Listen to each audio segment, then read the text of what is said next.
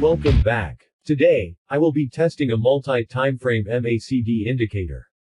I will be pairing it with a 35 and 55 moving average, and I will test it 100 times to see if it's profitable or not. So before we start, I would appreciate if you guys subscribe to my channel, as it helps me to keep on uploading this type of videos. Do also give this video a like.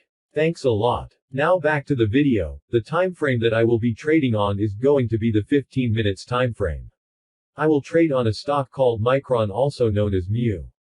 Since all indicators are lagging, I will try to use it on a lower time frame to see if I can get into the trade early before it goes up or down with the trend.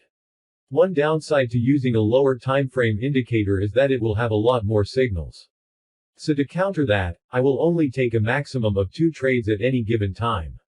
The MACD indicator will be the buy or sell signal, and the moving average will be used to confirm the trend direction.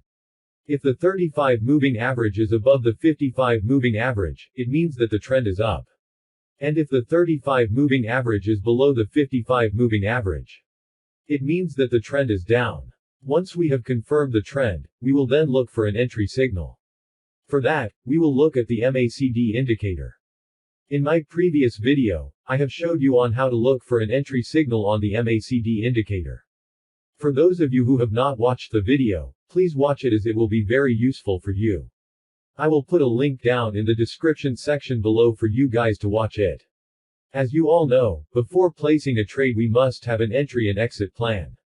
We have covered our entry plan. Now for our exit plan, we will place our stop loss just below the recent pullback for a buy signal and just above the recent pullback for the sell signal.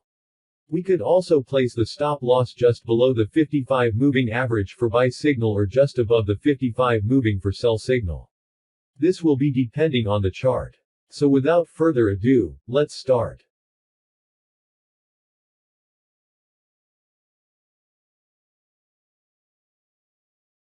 And here are the results.